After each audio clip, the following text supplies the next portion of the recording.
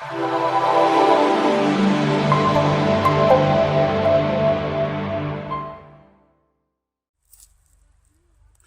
strategy is about imagining the future of your product. What product will become?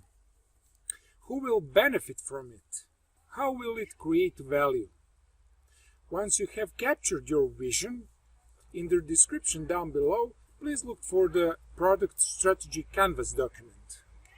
Start with the name of your product vision and then go from 1 to 10.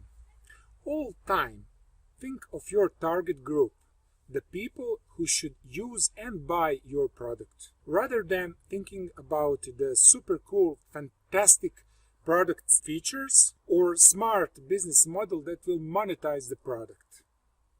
While both aspects are essential, capturing the users and customers and their needs form the basis for making the right product and business model decisions.